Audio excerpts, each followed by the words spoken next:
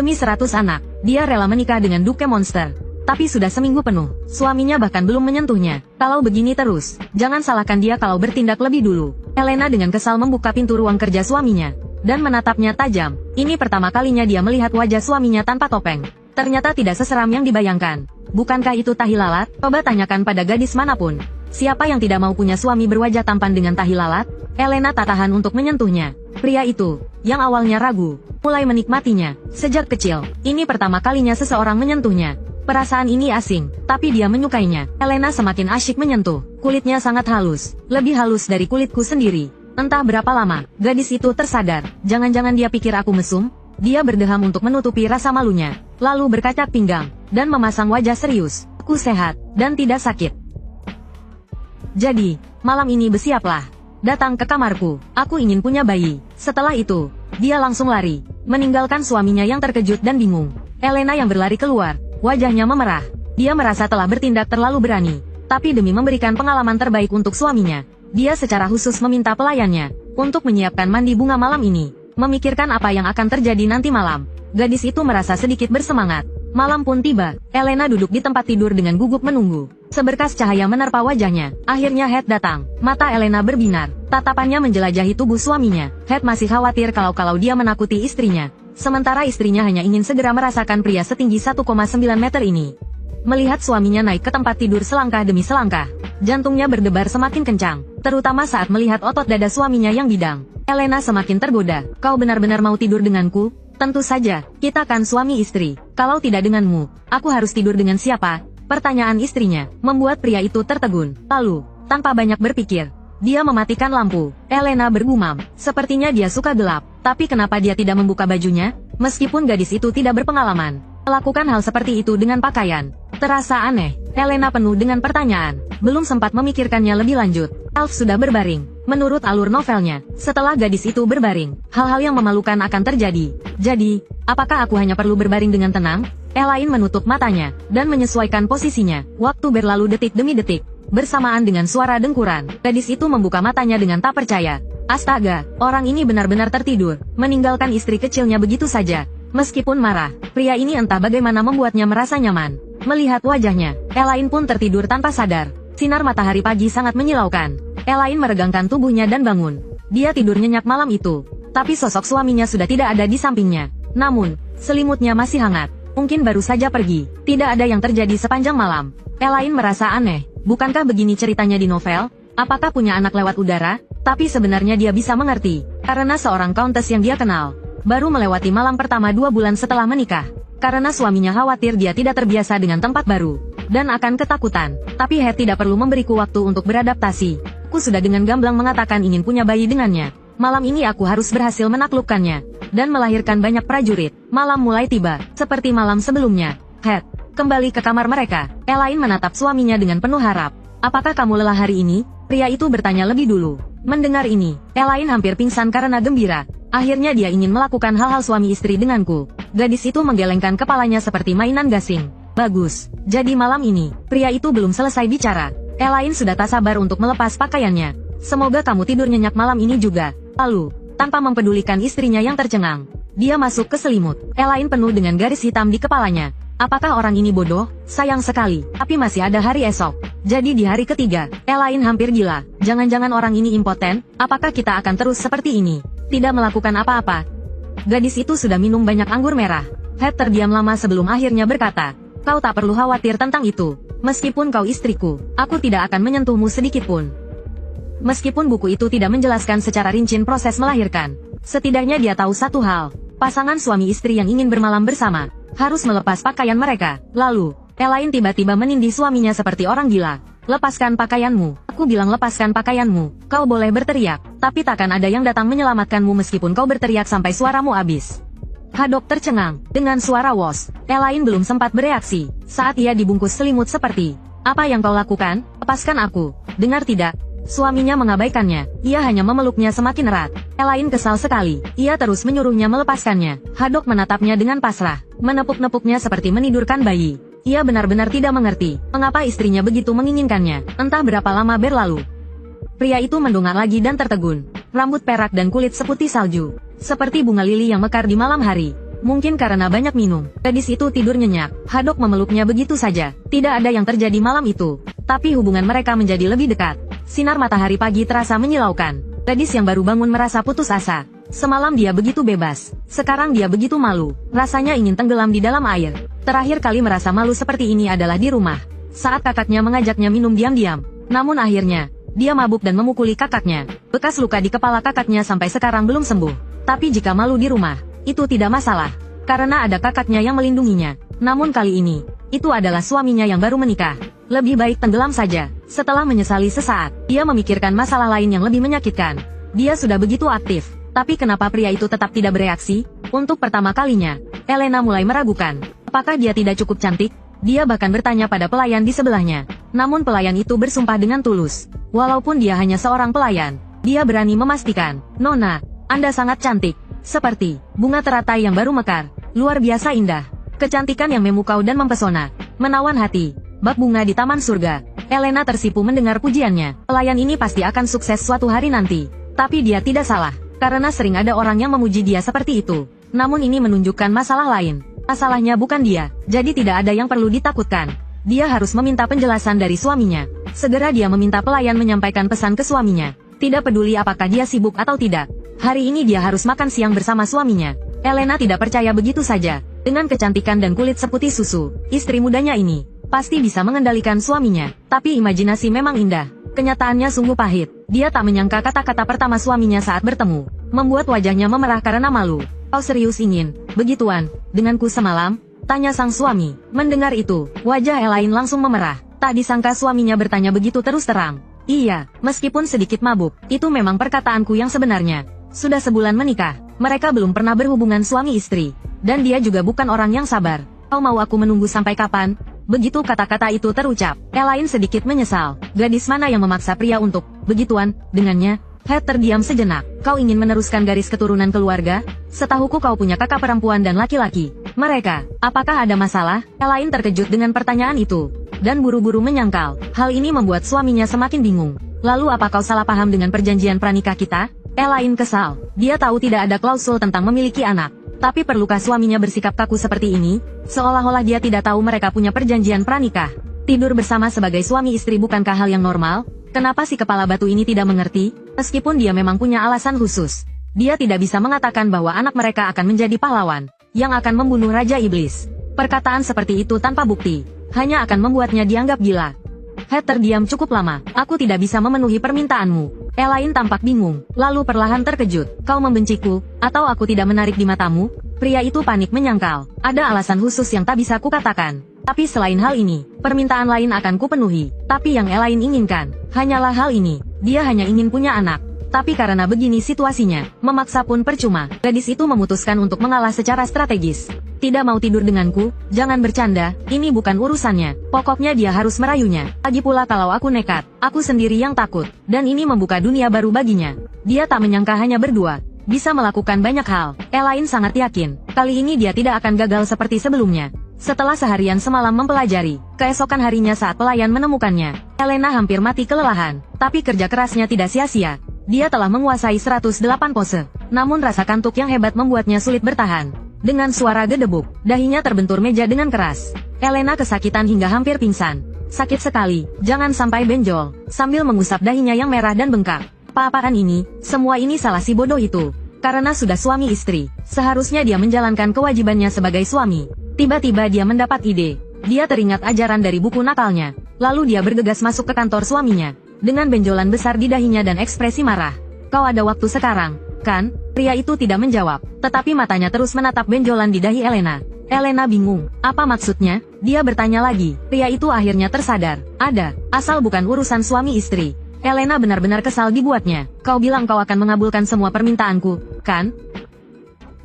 Jadi, permintaan pertamaku, permintaan keduaku, kau tidak boleh mengusirku. Permintaan ketigaku, aku ingin berdua saja denganmu di sini." Ed tidak berdaya, melihat ekspresi sedih istrinya, dan benjolan di dahinya. Dia akhirnya menyuruh semua pelayan untuk pergi. Elena tersenyum puas. Begitu pintu tertutup, dia langsung duduk di meja kerja suaminya. Ini adalah jurus barunya, godaan di kantor. Kaki putih Elena berayun-ayun. Dia merasa dirinya sangat feminin saat ini. Lagi pula, dulu ketika dia seperti ini, bahkan kakaknya yang selalu mengganggunya, akan mengabulkan semua permintaannya yang tidak masuk akal. Dasar, dengan begini, aku pasti bisa menaklukkanmu. Binatang buas dalam hati Elena meraung-raung. Namun, kecantikannya yang menurutnya luar biasa, di mata suaminya, hanya terlihat seperti benjolan besar. Elena tidak tahu kalau dirinya hanya terlihat konyol, dan masih merasa bangga pada dirinya sendiri. Melihat suaminya tercengang, dia mengira pria itu telah terpesona olehnya. Lalu dia mengajukan permintaan lain. Puji aku dong, misalnya, puji penampilanku. Mendengar itu, pria itu mundur 3 langkah. Dia mengamati Elena dari ujung rambut sampai ujung kaki. Namun, setelah beberapa lama, dia tetap diam. Elena panik. Apa maksudnya? Jangan-jangan dia menganggapku bodoh? Keduanya terdiam cukup lama. Harde pun perlahan membuka mulutnya. Kau cantik, terutama rambut putih semburat hitammu. Wajah gadis itu memerah. Tangannya yang menopang tubuhnya tak sengaja terlepas. Ia hampir terjatuh, tetapi suaminya dengan sigap menangkapnya. Lalu ia meletakkannya di atas meja. Melihat wajah tampan suaminya yang begitu dekat, jantung Elaine berdebar kencang. Pipinya terasa panas seperti akan meneteskan darah. Dia sangat tampan hari ini. Namun, isi hatinya, tanpa sengaja terucap. Elaine membayangkan apa yang akan terjadi selanjutnya. Tapi suaminya hanya meletakkannya di atas meja. Lalu perlahan berkata, kau cantik, terutama rambut perakmu, warna matamu sangat menawan, dan jarimu. Belum selesai bicara, pria itu terdiam. Ia teringat terakhir kali, istrinya menyentuhnya dengan lembut. Anehnya, perasaan itu membuatnya nyaman. Elaine mengangkat tangannya dengan bingung. Suaminya memang tidak pandai memuji. Keduanya terdiam cukup lama. Gadis itu tiba-tiba menyadari bahwa suaminya yang lugu ini ternyata sangat tampan, terutama mata birunya yang dalam. Kau sangat tampan. Isi hatinya kembali terlontar begitu saja, disusul dengan pipinya yang memerah. Elaine selalu percaya diri. Entah kenapa, hanya dengan pria ini, ia seperti orang yang berbeda. Ia bisa sedih karena satu kata darinya, dan juga bisa bersemangat karena pujiannya. Perubahan ini membuatnya bingung. Mungkin, ia benar-benar mulai menyukainya. Mulai sekarang, kau tidak perlu tidur di kamarku lagi. Setelah mengatakan itu, ia bergegas keluar, kembali ke kamarnya. Elaine masih melamun. Ia merasa terlalu bersemangat tadi. Pelayan mengetuk pintu dan masuk, membawakan salep dari Duke untuknya. Gadis itu bingung, untuk apa suaminya memberinya salep, disertai jeritan ngeri. Elaine baru menyadari benjolan di dahinya.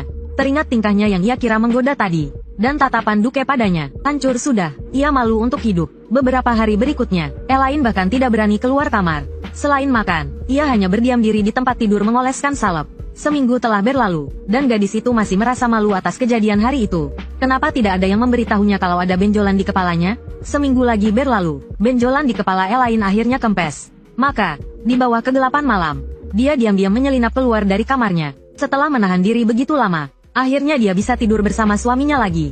Hari ini, dia harus merayunya. Dia sebenarnya selalu mengabaikan satu masalah, yaitu kewaspadaan suaminya terhadapnya. Jadi dia sengaja mengabaikannya selama 2 minggu.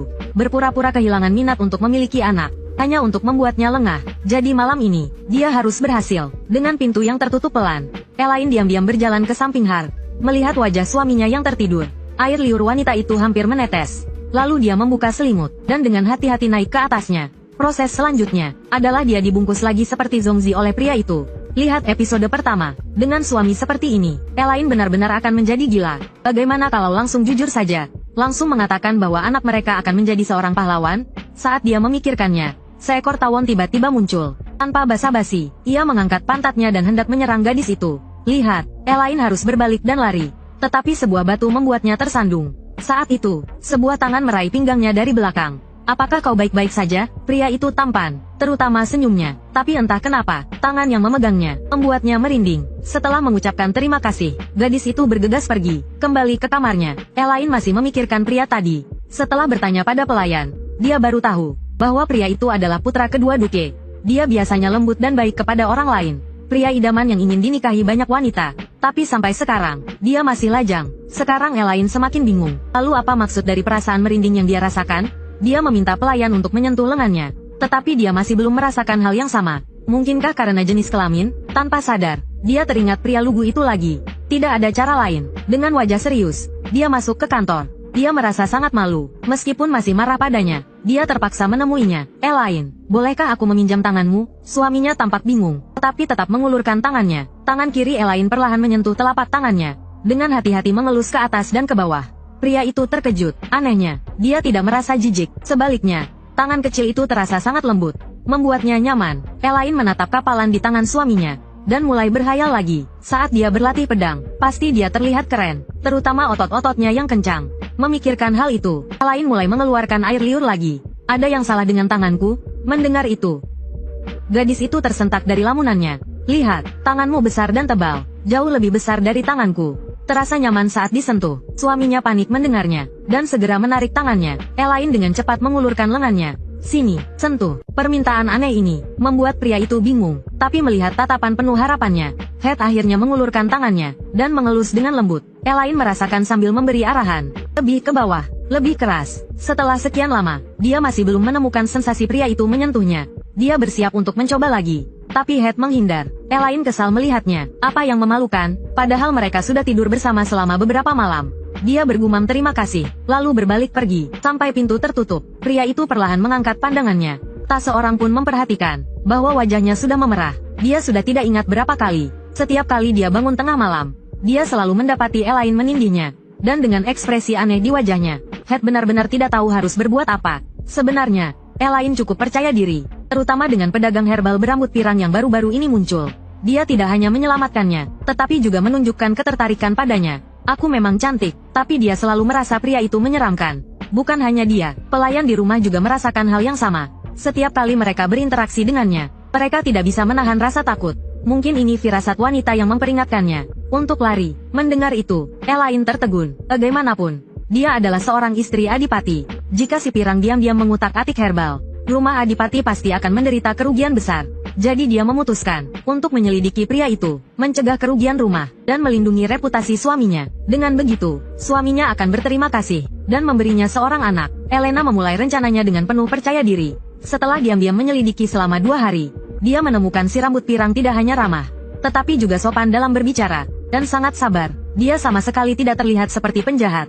Hal ini membuat Elena sangat bingung. Mungkinkah ini semua hanya kesalahpahaman? Setelah makan, bagaimana kalau kita jalan-jalan? Gadis itu langsung setuju. Sebenarnya, dia selalu punya satu pertanyaan. Si rambut pirang selalu mengantarkan ramuan obat sendiri. Perjalanan sejauh ini, apa tidak merepotkan? Mendengar itu, pria itu sedikit terkejut, karena ramuan obat adalah kebutuhan bagi semua orang, baik tua maupun muda, bukan? Semua orang bisa menggunakannya untuk mengurangi rasa sakit, bahkan menyelamatkan nyawa. Jadi, mengantarkan ramuan obat memberinya rasa tanggung jawab. Apakah itu lucu? Mendengar kata-kata si rambut pirang, gadis itu ingin menamparkan dirinya sendiri. Orang sebaik ini, bagaimana mungkin dia penjahat? Firasat wanita memang salah. Sama sekali tidak lucu, kata Elena dengan serius. Kamu benar-benar orang baik, karena terus melakukan hal yang begitu berarti. Saat itu, adegan yang familiar terulang kembali. Seekor lebah tiba-tiba muncul. Elena ketakutan dan berlutut. Si rambut pirang sekali lagi memeluknya. Saat tangannya menyentuh bahu gadis itu, perasaan dingin itu muncul kembali. Elena sangat kesal. Apakah anak ini punya masalah? Kembali ke kamar, para pelayan menemukan suatu kejanggalan. Setiap kali si rambut pirang datang, akan ada pelayan yang mengundurkan diri. Selama beberapa tahun dia memasok ramuan obat, jumlah pelayan yang mengundurkan diri meningkat. Dan semua pelayan ini berasal dari luar daerah.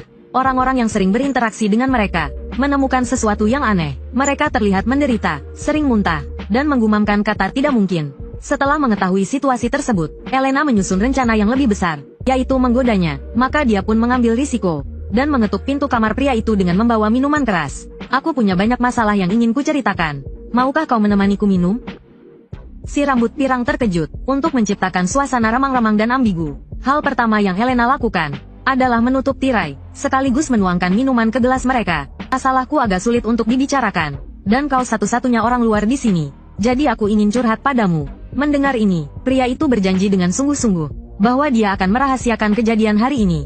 Saat mereka berdua minum bersama, si rambut pirang segera mulai mabuk. Melihat keadaannya, Elaine sangat gembira. Dengan membujuknya secara perlahan, dia akhirnya mengetahui kebenarannya. Ternyata si rambut pirang telah membuat sejenis ramuan yang memungkinkan wanita hamil, meskipun tanpa berhubungan dengan pria. Dan ramuan itu telah diuji coba pada para pelayan. Mendengar ini, Elaine terkejut dan terdiam. Saat itulah dia akhirnya mengerti mengapa para pelayan itu muntah, dan terus mengatakan tidak mungkin. Alasan sebenarnya adalah, mereka hamil meskipun belum pernah berhubungan intim. Si rambut pirang menggoyangkan gelas anggurnya. Kau pasti ingin melahirkan pewaris gelar duke, tetapi kau tidak ingin mengandung anak monster itu, kan? Dia bisa memahami perasaan ini, karena di masa mudanya, ayahnya telah meninggalkan dia dan ibunya. Sejak saat itu, ibunya yang dulunya lembut dan baik hati, tiba-tiba menjadi pemarah, dan terus membenci putranya yang memiliki darahnya. Bahkan sampai ajal menjemput ayahnya, ibunya masih terus menghinanya. Jadi sejak saat itu, si rambut pirang memutuskan bahwa dia ingin mencegah orang seperti dirinya melahirkan anak yang hanya memiliki darahmu sendiri. Bukankah itu keinginan seumur hidup kalian para wanita? Mendengar ini, Elaine ketakutan. Orang ini bukan hanya penjahat biasa. Dia benar-benar gila. Elaine agak takut, tapi berusaha tetap tenang dan berdiri. Bukti sudah di tangan. Dia tidak ingin tinggal di sini lagi. Saat dia hendak pergi, si rambut pirang meraih tangannya. Kau jelas-jelas tertarik padaku. Apa kau mau pergi begitu saja? Mendengar itu, Elaine terdiam. Sambil menahan rasa jijik, dia berkata, kau mabuk, kau mabuk. Si rambut pirang mengusap tangan Elaine yang putih.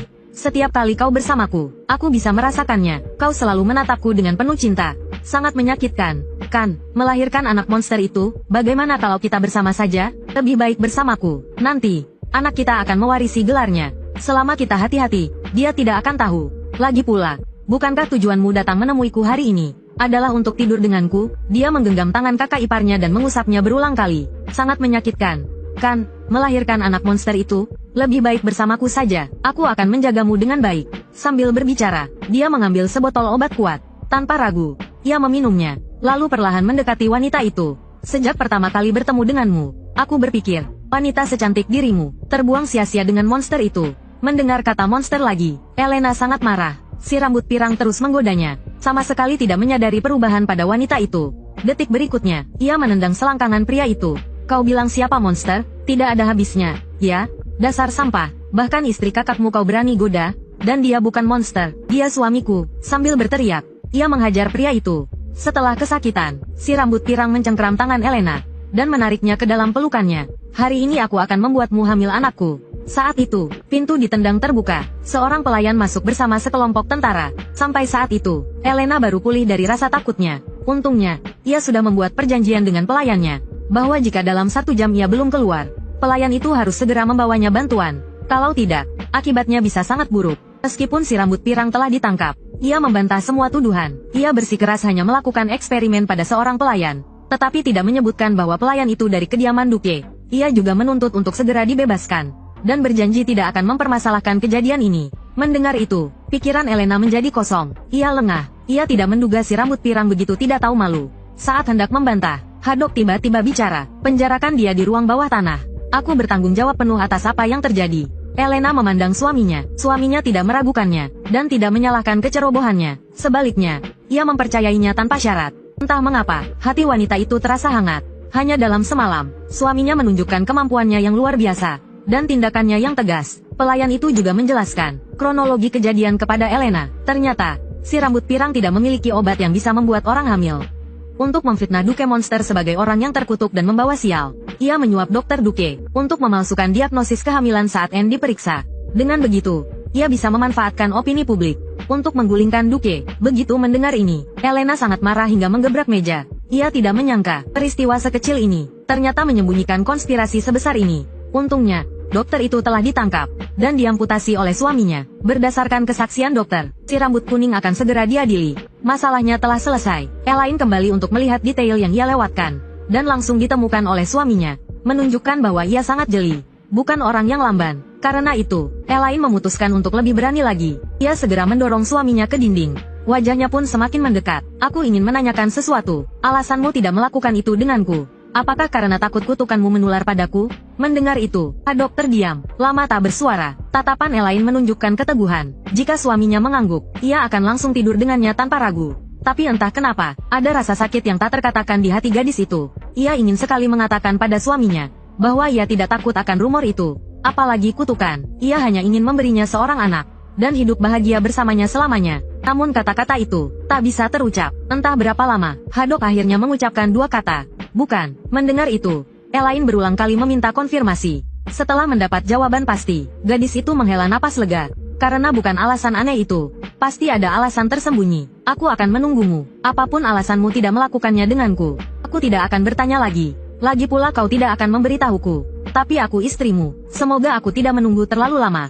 Elaine pun hendak membuka pintu dan pergi. Tapi Haddock tiba-tiba meraih tangannya. Nyonya, bolehkah aku melihat lenganmu? Mendengar itu, gadis itu terkejut. Ia tahu apa yang ingin dilihat suaminya. Ia segera mengalihkan pembicaraan. Pria itu langsung menyadari ada yang tidak beres. Dengan mata penuh rasa sakit, ia bertanya lagi. Perlihatkan lenganmu. Ya, Elaine terdiam. Ini pertama kalinya ia melihat ekspresi seperti itu di wajah suaminya.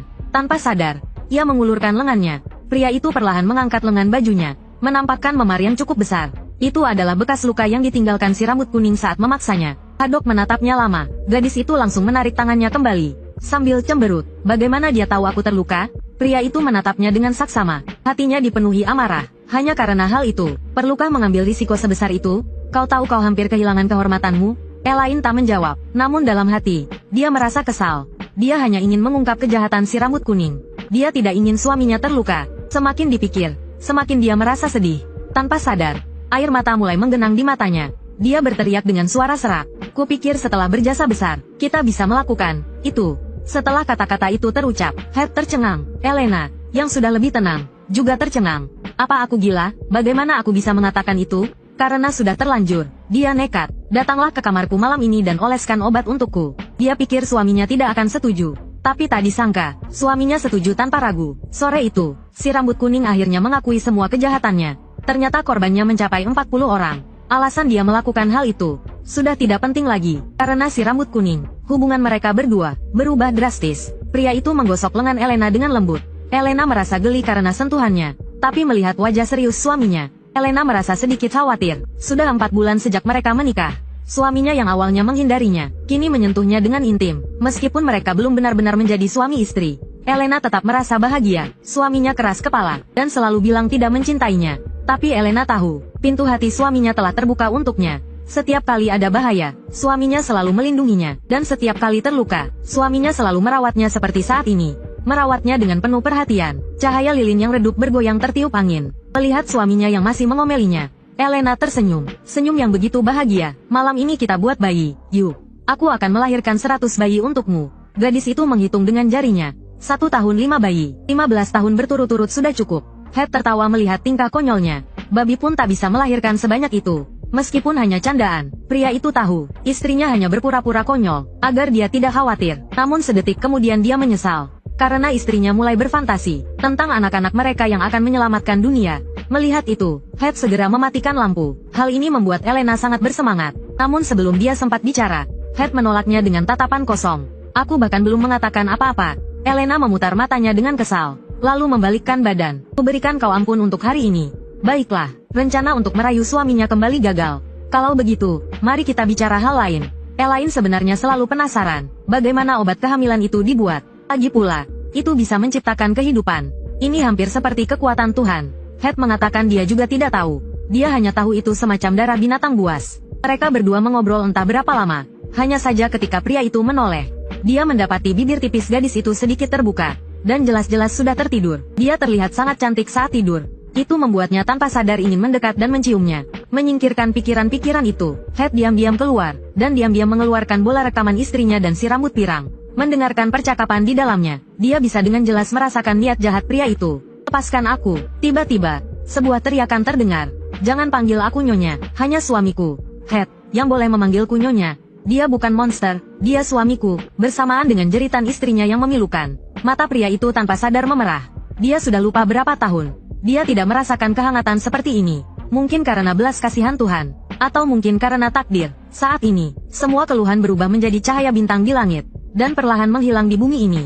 Keesokan paginya, di pertemuan minum teh para bangsawan, seorang wanita bangsawan berbaju merah menyebarkan berita mengejutkan. Ku dengar si rambut pirang diserang monster dalam perjalanan tadi malam. Meskipun monster itu tidak membunuhnya, ia secara khusus menyerang bagian bawah tubuhnya, dan benar-benar menghancurkan kemampuannya untuk memiliki anak. Jadi, mulai sekarang, jika kalian bertemu dengannya, kalian bisa memanggilnya saudari. Kabar ini dengan cepat sampai ke telinga Elaine. Dia sangat senang, bajingan itu pantas hidup menderita. Lalu dia bergegas menemui suaminya untuk menceritakan kabar baik ini. Tapi kali ini, dia jelas merasakan suaminya telah berubah. Jika kau bisa memilih lagi, apakah kau masih ingin lahir di keluarga ini? Head pernah berpikir untuk bunuh diri saat kecil, karena bintik hitam di wajahnya. Dia diejek sejak kecil. Mereka bilang dia dikutuk oleh iblis, dan orang tuanya yang tampak menyayanginya di depan umum, sebenarnya sangat dingin padanya. Mereka memukul dan memarahinya, memukul dan menendangnya. Meskipun dia berusaha keras untuk membuktikan dirinya, orang tuanya masih sangat jijik padanya. Setiap kali ini terjadi, anak laki-laki itu akan bersembunyi di semak-semak. Bagi seorang anak, rumput liar yang kusut sangat tajam. Meskipun tubuhnya penuh luka, dia juga masuk ke semak-semak ini setiap hari, karena ini satu-satunya tempat yang membuatnya merasa aman. Jadi, Hade yang tumbuh di lingkungan seperti ini tidak ingin memiliki anak. Dia tidak ingin anaknya mewarisi tanda hitamnya. Dia juga tidak ingin anaknya seperti dirinya. dihina dan dicaci maki sejak kecil. Karena dia tidak bisa menjamin anaknya tumbuh bahagia dan sehat. Mungkin tidak melahirkannya adalah tindakan yang paling baik. Kata-katanya tulus dan jujur. Yelena sangat tersentuh. Baru saat itulah dia mengerti bahwa suaminya memendam beban masa lalu yang berat. HD menoleh dengan suara pelan seperti nyamuk. Apa kau tidak takut padaku? Setelah menikah denganku, begitu banyak gosip dan hinaan yang ditujukan padamu. Apa kau menyesal? Entah kenapa, Yelena merasa sedih mendengarnya. Meskipun suaminya keras kepala dan bodoh, terkadang tidak peka, dan selalu terlihat dingin, dia tidak pernah menyesal, dan bersamanya, membuatnya merasa tenang. Jadi, jangan khawatir, tanda hitam di wajahmu akan menular padaku. Jika menular, berarti itu penyakit. Jika penyakit, pasti ada cara untuk mengobatinya. Mendengar ini, HD tertegun. Untuk sesaat, dia benar-benar merasa Yelena bersinar. Mungkin karena terlalu banyak penderitaan dan ketidakadilan yang dialaminya di masa kecil, sehingga dia bertemu dengan gadis sebaik ini. Saat ini, HD sangat bersyukur atas pertemuan mereka. Namun, rasa haru itu tidak berlangsung lama. Sebelum dia sempat bereaksi, tangan gadis itu sudah menyentuh pahanya. HD terkejut. Melihat itu, Yelena segera menarik tangannya. Aku hanya berpikir saja, tapi tanganku bergerak sendiri. Insiden kecil yang ambigu itu tidak memengaruhi keduanya. Pria itu menggenggam tangan istrinya, dan perlahan berdiri. Mereka berdua tidak berbicara, namun anehnya, diiringi angin dingin yang berhembus. Seolah-olah mereka telah berbicara ribuan kata. Kembali ke kamar tidur, Yelena masih larut dalam suasana tadi. Dia bertanya kepada pelayan tentang orang tua suaminya, tetapi pelayan itu juga tidak tahu. Dia hanya tahu bahwa Duke dan istrinya memiliki reputasi yang baik sebelum mereka meninggal. Mereka ramah dan baik kepada semua orang, dan mereka juga sangat menyayangi putra mereka yang dianggap monster. Meskipun orang-orang membicarakan HD, mereka memuji orang tuanya. Mendengar ini, Yelena marah. Orang tua yang menyayangi anak mereka dipuji, dan itu dianggap sebagai sesuatu yang luar biasa. Teringat perkataan suaminya, gadis itu merasa bimbang. Meskipun anak yang dilahirkannya bersamanya akan menjadi seorang pejuang, dia tidak pernah memikirkannya. Apakah tanda hitamnya akan diturunkan ke anaknya? Dia tidak pernah memikirkan seperti apa masa kecil anaknya nanti. Kaina selalu menganggap melahirkan anak sebagai sebuah tugas. Tapi baru saat itulah dia menyadari